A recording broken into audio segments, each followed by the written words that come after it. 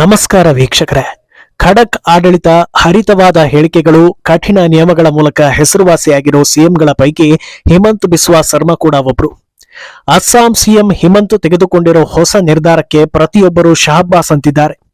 ಅಂದಹಾಗೆ ಇದು ರಾಜಕೀಯ ನಿರ್ಧಾರ ಅಲ್ಲ, ತಮ್ಮ ಖಾಸಗಿ ಬದುಕಿನ ನಿರ್ಧಾರ. ಅದೇನೆಂದ್ರೆ ತಮ್ಮ ಆಸ್ತಿಯನ್ನ ಮಕ್ಕಳಿಗೆ ನೀಡದೆ ಸಾರ್ವಜನಿಕರಿಗೆ ನೀಡೋದಕ್ಕೆ ನಿರ್ಧರಿಸಿದ್ದಾರೆ. ಹಾಗಿದ್ರೆ ಮಕ್ಕಳ ಕತೆ ಏನು ಅಂತ ಪ್ರಶ್ನೆ ಹುಟ್ಟಬಹುದು. ಅದಕ್ಕೂ ಕೂಡ ಸರಿ ಎನಿಸುವಂತ ಉತ್ತರವನ್ನ ನೀಡಿದ್ದಾರೆ. ಸಿಕ್ಕಿದ್ದಷ್ಟು ಬೇಕು ಅಂತ ಬಾಚಿಕೊಳ್ಳೋ ರಾಜಕಾರಣಿಗಳ ಮಧ್ಯೆ ಹಿಮಂತ್ ವಿಶೇಷವಾಗಿ ಕಾಣಿಸ್ತಾ ಇದ್ದಾರೆ. ಇನ್ನೊಂದೆಡೆ ಕನ್ನಡಿಗರು ತುಂಬಾ ಇಷ್ಟಪಡೋ, ಹೆಮ್ಮೆ ಅಂತ ಭಾವಿಸೋ ಉದ್ಯಮಿ ಸುಧಾಮೂರ್ತಿ ಅವರು ವಿವಾದಕ್ಕೆ ಸಿಲುಕಿದ್ದಾರೆ. ರಕ್ಷಾ ಬಂಧನದ ಬಗ್ಗೆ ಅವರು ಬಿಚ್ಚಿಟ್ಟಿರೋ ಇತಿಹಾಸ ಯಾವ ರೀತಿಯಲ್ಲೂ ಸರಿ ಇದೆ ಅಂತ ಅನ್ನಿಸ್ತಾ ಇಲ್ಲ ಅಂತ ಜನರು ರೊಚ್ಚಿಗೆದ್ದಿದ್ದಾರೆ. ಸೋಷಿಯಲ್ ಮೀಡಿಯಾದಲ್ಲಿ ಟೀಕಿಸ್ತಾ ಇದ್ದಾರೆ. ಇದೆಲ್ಲವನ್ನ ಒನ್ ಬೈ ಒನ್ ವಿವರಿಸ್ತಾ ಹೋಗ್ತೀವಿ. ಈ ವಿಡಿಯೋವನ್ನ ತಪ್ಪದೆ ಕೊನೆ ತನಕ ನೋಡಿ. ಅದಕ್ಕೂ ಮುನ್ನ ಮೀಡಿಯಾ ಮಾನ್ಸ್ಟರ್ ಚಾನೆಲ್ ಅನ್ನ ತಪ್ಪದೆ ಸಬ್ಸ್ಕ್ರೈಬ್ ಮಾಡಿ. ಎಸ್, ಕೇಳೋದಕ್ಕೆ ಅಚ್ಚರಿ ಎನಿಸಿದ್ರು ಇದು ನಿಜ. ಸಾಮಾಜಿಕ ನ್ಯಾಯ, ಹಿಂದುತ್ವ, ಕಾಂಗ್ರೆಸ್ನ ದೇಶದ್ರೋಹಿ ಕೆಲಸಗಳ ಬಗ್ಗೆ ಆಗಾಗ ಬೆಳಕು ಚೆಲ್ಲೋ ಹಿಮಂತ್ ಬಿಸ್ವಾ ಸರ್ಮಾ ಇಂಥದ್ದೊಂದು ಮಹತ್ವದ ನಿರ್ಧಾರವನ್ನ ತೆಗೆದುಕೊಂಡಿದ್ದಾರೆ. ತಾವು ಹಾಗೂ ತಮ್ಮ ಪತ್ನಿ ಗಳಿಸಿರೋ ಹಾಗೂ ಗಳಿಸಲಿರೋ ಎಲ್ಲಾ ಆಸ್ತಿಯೂ ಕೂಡ ಅಸ್ಸಾಂ ಜನತೆಗೆ ಬರೆದು ಕೊಡ್ತೀವಿ ಅಂತ ಘೋಷಣೆ ಮಾಡಿದ್ದಾರೆ. ಎಲ್ಲವನ್ನೂ ಸಾರ್ವಜನಿಕರಿಗೆ ಕೊಡ್ತೀವಿ, ಅದು ಬೇರೆ ಯಾರ ಕೈಗೂ ಸೇರೋದಿಲ್ಲ ಅನ್ನೋದನ್ನ ಘಂಟಾಘೋಷವಾಗಿ ಹೇಳಿದ್ದಾರೆ. ಹೇಮಂತ್ ಬಿಸ್ವಾ ಸರ್ಮಾ ರಿಂಕಿ ಭುಯಾನ್ ಸರ್ಮಾ ಉದ್ಯಮಿಯಾಗಿದ್ದು ಅವರ ಒಡೆತನದಲ್ಲಿ ನ್ಯೂಸ್ ಹಾಗೂ ಎಂಟರ್ಟೈನ್ಮೆಂಟ್ ಚಾನೆಲ್ಗಳಿವೆ. ಅದು ಕೂಡ ಅಸ್ಸಾಂ ಜನರಿಗೆ ಸೇರಲಿದೆ ಅಂತ ಹಿಮಂತ್ ಘೋಷಣೆ ಮಾಡಿದ್ದಾರೆ. ಇದರ ಜೊತೆಗೆ ತಮ್ಮ ಒಡೆತನದ ರೆಸಾರ್ಟ್, ವಂದ್ಯಾ ಇಂಟರ್ನ್ಯಾಷನಲ್ ಸ್ಕೂಲ್, ಪ್ಲಾಟ್ಸ್, ತಾವು ಕಟ್ಟಿಸಿರೋ ದೇಗುಲಗಳು ಎಲ್ಲವೂ ಕೂಡ ಅಸ್ಸಾಂ ಜನರಿಗೆ ಸ್ವಂತವಾಗಲಿದೆ ಅನ್ನೋದನ್ನ ಹೇಳಿದ್ದಾರೆ. ಎಲ್ಲ ರಾಜಕೀಯ ನಾಯಕರು ತಮ್ಮ ಮಕ್ಕಳು, ಮೊಮ್ಮಕ್ಕಳು ಹಾಗೂ ಮುಂದಿನ 10 ಜನರೇಷನ್ಗೆ ಕೂಡಿರುವಾಗ ಇವರ್ಯಾಕೆ ಹೀಗೆ ಅನ್ನೋ ಅನುಮಾನ ಬರೋದು ಸಹಜವೇ. ಅದೇ ರೀತಿ ಮುಂದೆ ನಿಮ್ಮ ಮಕ್ಕಳ ಕತೆ ಏನು ಅನ್ನೋ ಪ್ರಶ್ನೆ ಬರೋದಕ್ಕೆ ಮೊದಲೇ ಆ ಬಗ್ಗೆಯೂ ಕ್ಲಾರಿಟಿ ಕೊಡ್ತಾ ಹೋಗ್ತಾರೆ. ನಮ್ಮ ಮಗ ಹಾಗೂ ಮಗಳಿಗೆ ನಮ್ಮ ಆಸ್ತಿಯಲ್ಲಿ ಏನು ಸಿಗೋದಿಲ್ಲ, ಅದನ್ನ ಮುಂದೆ ನೀವು ವಿಲ್ ನೋಡಿದರೆ ಗೊತ್ತಾಗ್ತಾ ಹೋಗುತ್ತೆ ಅಂತ ಹೇಳಿದ್ದಾರೆ. ಅಂದ್ರೆ ಅವರ ವಿದ್ಯಾಭ್ಯಾಸ ಹಾಗೂ ಜೀವನಕ್ಕೆ ಏನು ಕಲಿಸಬೇಕೋ ಆ ಭವಿಷ್ಯವನ್ನ ಕಟ್ಟಿಕೊಡುವಲ್ಲಿ ಸಹಾಯ ಮಾಡ್ತಾರೆ. ಮಕ್ಕಳಿಗೆ ತಮ್ಮ ಗುರಿ ಸಾಧಿಸೋದಕ್ಕೆ ಬೆನ್ನೆಲುಬಾಗಿ ನಿಲ್ತಾರೆ. ಆನಂತರ ತಮಗೆ ಏನು ಬೇಕೋ, ಎಷ್ಟು ಬೇಕೋ ಅವರೇ ಸಂಪಾದಿಸಿಕೊಳ್ತಾರೆ ಅನ್ನೋ ನಿಟ್ಟಿನಲ್ಲಿ ಶರ್ಮಾ ಹೇಳಿದ್ದಾರೆ. ಮನುಷ್ಯ ತಾನು ಬದುಕಿರುವಾಗ ಜೀವನದಲ್ಲಿ ಏನಾದ್ರೂ ಒಂದು ಮಹತ್ ಕಾರ್ಯ ಮಾಡಲೇಬೇಕು, ಅದಕ್ಕಾಗಿ ಈ ನಿರ್ಣಯ ಅಂತ ಹೇಳ್ಕೊಂಡಿದ್ದಾರೆ. ಅಂದಹಾಗೆ ಈ ನಿರ್ಧಾರವನ್ನ ಶರ್ಮಾ ಯಾವಾಗ ತೆಗೆದುಕೊಂಡಿದ್ರು ಅಥವಾ ಯಾವಾಗ ಘೋಷಣೆ ಮಾಡಬೇಕು ಅಂತ ಇದ್ರೋ ಗೊತ್ತಿಲ್ಲ. ಆದ್ರೆ ಈಗ ಅವರು ಘೋಷಣೆ ಮಾಡುವಂತೆ ಮಾಡಿದ್ದು ಕಾಂಗ್ರೆಸ್. ಹಿಮಂತ್ ಬಿಸ್ವಾ ಸರ್ಮಾ ಯಾರಿಗೂ ಕೇರ್ ಮಾಡದೆ ಮುನ್ನುಗ್ತಾ ಇರುವುದು ವಿಪಕ್ಷ ಕಾಂಗ್ರೆಸ್ಗೆ ದೊಡ್ಡ ತಲೆನೋವು ತರಿಸ್ತಾ ಇದೆ. ಯಾವ ರೀತಿಯಲ್ಲೂ ಅವರನ್ನ ಕಟ್ಟಿ ಹಾಕೋದಕ್ಕೆ ಸಾಧ್ಯವಾಗ್ತಾ ಇಲ್ಲ. ಆದ್ರಿಂದ ಅವರ ಪ್ರತಿ ನಡೆಯಲ್ಲೂ ಏನಾದ್ರೂ ಒಂದು ಹುಡುಕಿ ಆರೋಪ ಮಾಡೋ ಕೆಲಸವನ್ನ ಮಾಡ್ತಾ ಇತ್ತು. ಇತ್ತೀಚೆಗೆ ನಾವು ಅಧಿಕಾರಕ್ಕೆ ಬಂದ್ರೆ ಹಿಮಂತ್ ಬಿಸ್ವಾರ ಎಲ್ಲಾ ಅಕ್ರಮಗಳನ್ನ ಬಯಲು ಮಾಡ್ತೀವಿ. ಹಿಮಂತ್ ಪತ್ನಿ ರಿಂಕಿ ಕೇಂದ್ರ ಸರ್ಕಾರದ ಜೊತೆಗೆ ವ್ಯವಹಾರ ನಡೆಸಿದ್ದಾರೆ. ಕೇಂದ್ರದ ಕಿಸಾನ್ ಸಂಪದ ಸ್ಕೀಮ್ನಿಂದ 10 ಕೋಟಿ ಅನುದಾನ ರಿಂಕಿ ಒಡೆತನದ ಸಂಸ್ಥೆಗೆ ಹೋಗಿದೆ ಅಂತೆಲ್ಲ ಆರೋಪ ಮಾಡಿದ್ರು. ಇದಕ್ಕೆ ಪ್ರತಿಕ್ರಿಯೆ ನೀಡಿದ್ದ ಹಿಮಂತ್ ಆ ಆರೋಪವನ್ನ ಸಾಬೀತು ಮಾಡಿದರೆ ನಾನು ರಾಜಕೀಯವನ್ನೇ ಬಿಟ್ಟು ಬಿಡ್ತೀನಿ ಅಂತ ಸವಾಲ್ ಹಾಕಿದ್ರು. ಅಲ್ಲದೆ ಇನ್ನೊಂದೆಡೆ ಆ ಆರೋಪ ಮಾಡಿದ್ದ ಕಾಂಗ್ರೆಸ್ ನಾಯಕನ ಮೇಲೆ 10 ಕೋಟಿ ಮಾನನಷ್ಟ ಮೊಕದ್ದಮೆಯನ್ನ ಹಾಕಲಾಗಿತ್ತು. ಇನ್ನು ಆರೋಪ ಮಾಡೋಕೆ ಹೋಗಿ ಬ್ಯಾಕ್ ಫೈರ್ ಮಾಡಿಸಿಕೊಂಡ ಕಾಂಗ್ರೆಸ್ಗೆ ಸೋಷಿಯಲ್ ಮೀಡಿಯಾದಲ್ಲಿ ಸಿಕ್ಕಾಪಟ್ಟೆ ಕಾಲೆಳಿತಾ ಇದ್ದಾರೆ. ಇಂಥ ಹೇಳಿಕೆ ಗಾಂಧಿ ಕುಟುಂಬದ ಹಾಗೂ ಕಾಂಗ್ರೆಸ್ ನಾಯಕರಿಂದ ಬರೋದಕ್ಕೆ ಸಾಧ್ಯವೇ ಇಲ್ಲ ಅಂತ ಟಕ್ಕರ್ ಕೊಡ್ತಾ ಇದ್ದಾರೆ. ಇನ್ನು ಬರೀ ಮಾತಲ್ಲಿ ಮಾತ್ರವಲ್ಲದೆ ತಮ್ಮ ನಡೆಯಲ್ಲೂ ಕೂಡ ಹಿಮಂತ್ ಗಮನ ಸೆಳೀತಾ ಇದ್ದಾರೆ. ರಕ್ಷಾ ಬಂಧನದ ಹಿನ್ನೆಲೆ ವೃದ್ಧಾಶ್ರಮಕ್ಕೆ ಹಿಮಂತ್ ಭೇಟಿ ನೀಡಿದ್ರು. ಈ ವೇಳೆ ವೃದ್ಧೆಯರೆಲ್ಲ ಅವರನ್ನ ಸ್ವಾಗತಿಸೋ ವಿಡಿಯೋವನ್ನ ಶೇರ್ ಮಾಡಿಕೊಂಡಿರೋ ಅವರು ಭಾವನಾತ್ಮಕವಾಗಿ ಬರೆದುಕೊಂಡಿದ್ದಾರೆ. ವೃದ್ಧಾಶ್ರಮದಲ್ಲಿ ತಾಯಂದಿರನ್ನ ನೋಡೋದಕ್ಕೆ ತುಂಬಾ ಕಷ್ಟವಾಗುತ್ತೆ, ಬೇಸರ ಎನಿಸುತ್ತೆ. ಸೋನಾಪುರದ ವೃದ್ಧಾಶ್ರಮಕ್ಕೆ ಭೇಟಿ ನೀಡಿದ್ದ ನಾನು ಅಲ್ಲಿನ ತಾಯಂದರಿಗೆ ಒಂದು ಮಾತನ್ನ ಹೇಳಿದೆ. ನೀವು ನಿಮ್ಮ ಕುಟುಂಬದಿಂದ ದೂರ ಆಗಿದ್ದೀರಾ ಅಂತ ಯಾರು ಭಾವಿಸಬೇಡಿ, ನಿಮ್ಮ ಜೊತೆಗೆ ನಾನು ಇರ್ತೀನಿ ಅಂತ ಭರವಸೆ ನೀಡಿದ್ದೇನೆ. ಇದೇ ವೇಳೆ ಆಧಾರ್, ಆಯುಷ್ಮಾನ್ ನಂತಹ ಕಾರ್ಡ್ಗಳನ್ನು ವಿತರಣೆ ಮಾಡಿರೋ ಬಗ್ಗೆಯೂ ತಿಳಿಸಿದ್ದಾರೆ.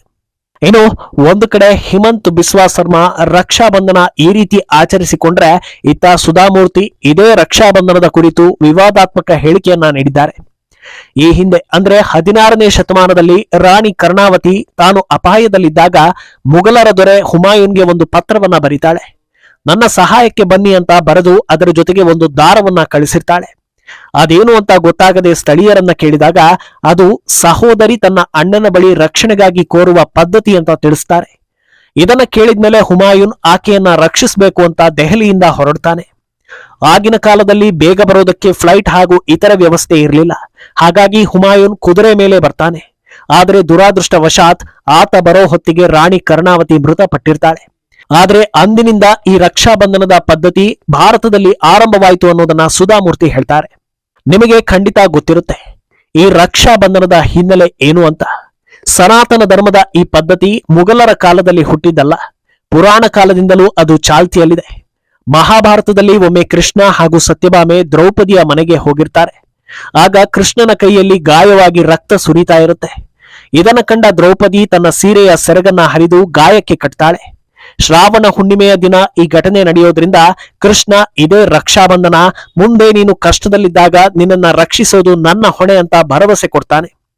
ಈ ಮಾತಿನಂತೆಯೇ ವಸ್ತ್ರಾಭರಣದ ಸಂದರ್ಭದಲ್ಲಿ ದ್ರೌಪದಿಯ ಮಾನ ಕಾಪಾಡಲು ಶ್ರೀಕೃಷ್ಣನೇ ಬರ್ತಾನೆ. ತದನಂತರ ಈ ಮಹತ್ವದ ಆಚರಣೆ ಎಲ್ಲೆಡೆ ವ್ಯಾಪಿಸುತ್ತೆ. ಅದರಲ್ಲೂ ಉತ್ತರ ಭಾರತದಲ್ಲಿ ರಕ್ಷಾಬಂಧನವನ್ನ ದೊಡ್ಡ ಮಟ್ಟದಲ್ಲಿ ಆಚರಿಸಲಾಗುತ್ತೆ. ಇಂಥ ಮಹತ್ವದ ಆಚರಣೆ ಬಗ್ಗೆ ಮುಘಲರನ್ನ ತಗುಲು ಹಾಕೋಕೆ ಸುಧಾಮೂರ್ತಿ ಯಾಕೆ ಮುಂದಾದ್ರು ಅಂತ ಜನ ಟೀಕಿಸ್ತಾರೆ. ಅಂದಹಾಗೆ ನೀವು ಇಲ್ಲಿ ಒಂದು ವಿಷಯವನ್ನ ಗಮನಿಸಬೇಕು. ಸುಧಾಮೂರ್ತಿ ಹೇಳೋ ಪ್ರಕಾರ ಕರ್ಣಾವತಿ ಹಾಗೂ ಹುಮಾಯೂನ್ರಿಂದ ಭಾರತದಲ್ಲಿ ಈ ಹಬ್ಬ ಪ್ರಾರಂಭ ಆಯ್ತು ಅಂತ.